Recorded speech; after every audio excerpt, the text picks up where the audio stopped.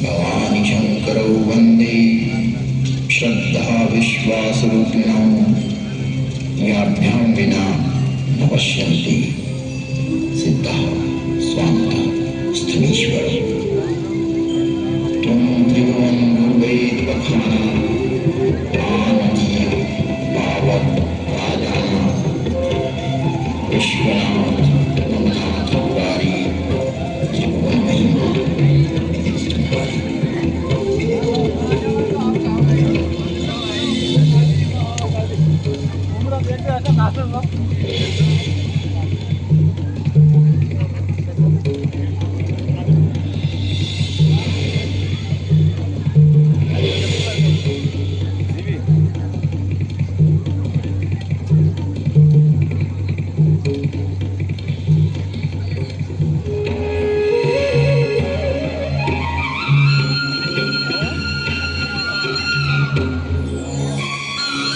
श्रीनाथ जी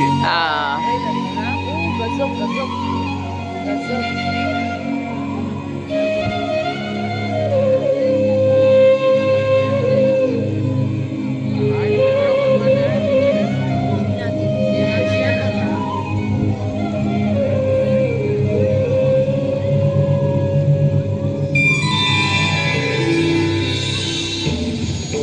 वाह वाह गजब वाह शानदार।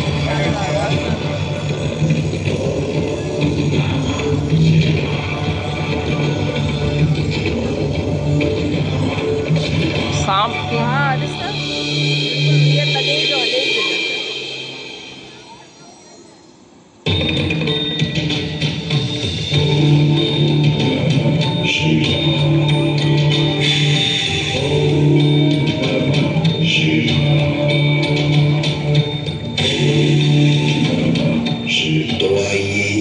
प्रवेश करते हैं एक कालातीत कथा में, जिसकी काल गणना असंभव है।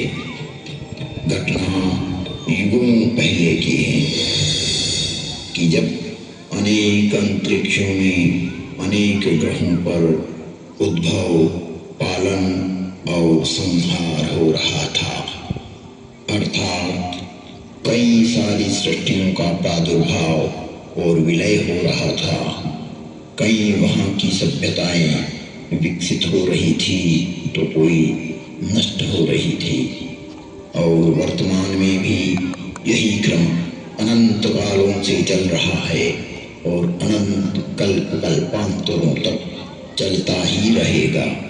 यह अंतहीन क्रम है, परंतु यह घटना इस पृथ्वी नामक ग्रह की है कि जब यहाँ सब कुछ निशब्द था, समस्त पृथ्वी जल आप्लावित थी, तभी भगवान विष्णु ने वराह रूप धारण कर पृथ्वी के कुछ भाग को जल से बाहर निकाला, जिससे कालांतर में इस पृथ्वी पर जीव पनपने लगा। और एक बड़ी काल गणना के बाद यहाँ मानव पैदा हुआ, किंतु उसे किसी प्रकार का बोध नहीं था, किसी भी प्रकार की अभिव्यक्ति की समझ नहीं थी। ना तो उस समय शब्द था, ना कोई वर्णाक्षर। चराचर जीव जगत अपने अपने समूह में एक मूक दृष्टि से एक दूसरे को निहारते थे, लेकिन कुछ भी अभिव्यक्ति नहीं कर सकते थे। चारों तरफ इस पृथ्वी पर सन्नाटा ही सन्नाटा था। प्राकृतिक स्वरों, ध्वनियों के अतिरिक्त यह पृथ्वी निशब्द थी। ऐसे कई युग बीत गए कि अचानक ब्रह्मा को विचार आया कि पृथ्वी का निर्माण हो चुका है। विष्णु ने अपनी व्यवस्था भी व्यापित कर दी है, लेकिन शब्द की उत्पत्ति कौन करेगा? बिना वाणी अभिव्यक्ति कैसे हो पाएगी? जब ब्रह्मा और विष्णु को प्रेरणा हुई देवों के देव महादेव ही इस सृष्टि में शब्द की स्थापना कर सकते हैं। शब्द ब्रह्म का दान दे सकते हैं।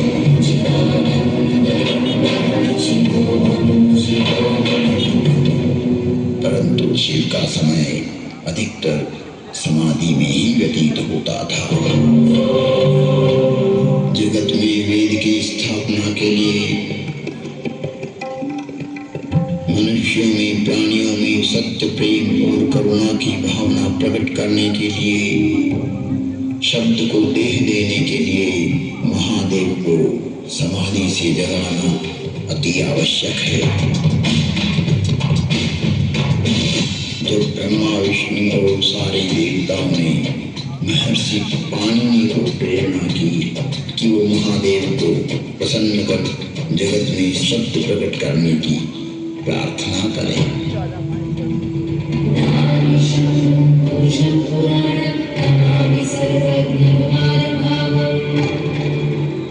महर्षि पाणिनि की निष्प्रिय एवं जगत कल्याण की भावना से की गई तपस्या ने भगवान शिव की समाधि में विघ्न डाला।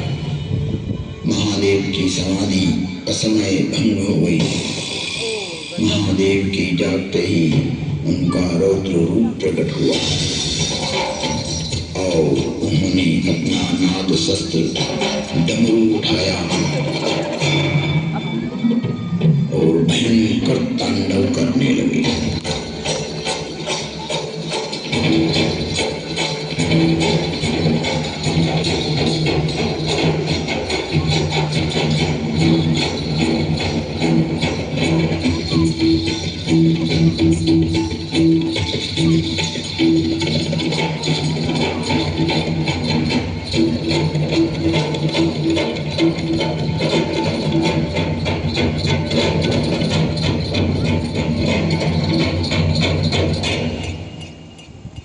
इतना भयंकर तांडव किया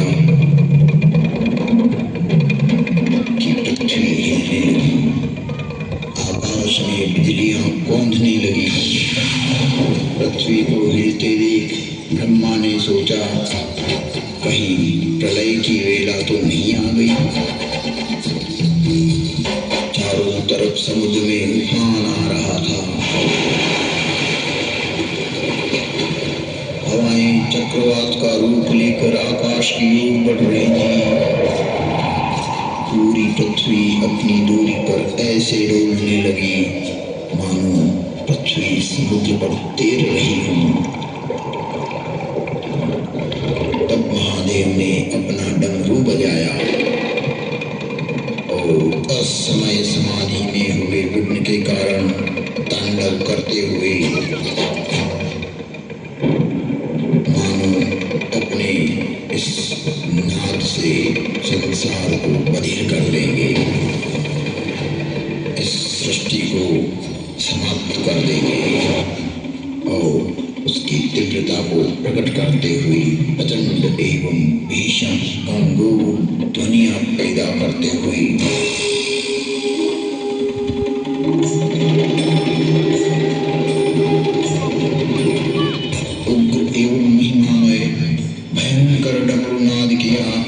जिससे प्राणी मात्र की श्रवण इंद्रियां मुक्त हो गई।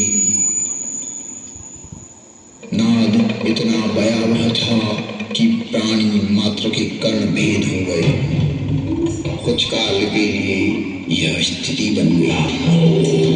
महादेव तांडव करते हुए अपने उपनाद वाद्य से कुछ ऐसी शाब्दिक रचना की जो आज इस भूमंडल पर शब्द और श्रवण का कारण है, जिसे महर्षि पाणिनि ने अवरुद्ध हुई अपनी श्रवण इंद्रियां पुनः जागृत होने पर शब्दों में पिरोया।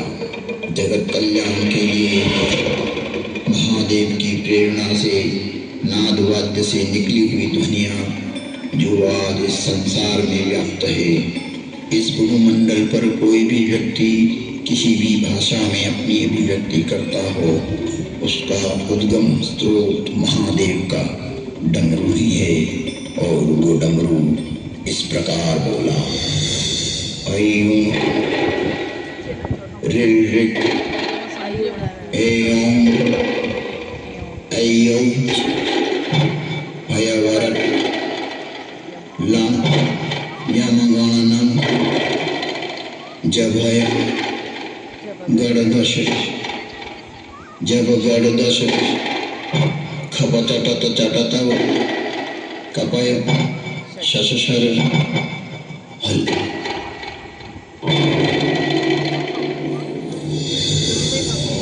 ऐं ऋ ऐं ऐ हयवरट लं यमगणनं जभय गणदश जब गणदश खपतटत चटतव कपय शशशर हल। यह था शिव का नाद शस्त्र से उत्पन्न हुआ शब्द व्याकरण। इससे शब्द की संरचना हुई और डमरू ने जिस प्रकार ये 14 शिव सूत्र परमात्मा शिव ने जगत को दिए वो आज सभी की अभिव्यक्ति का कारण है।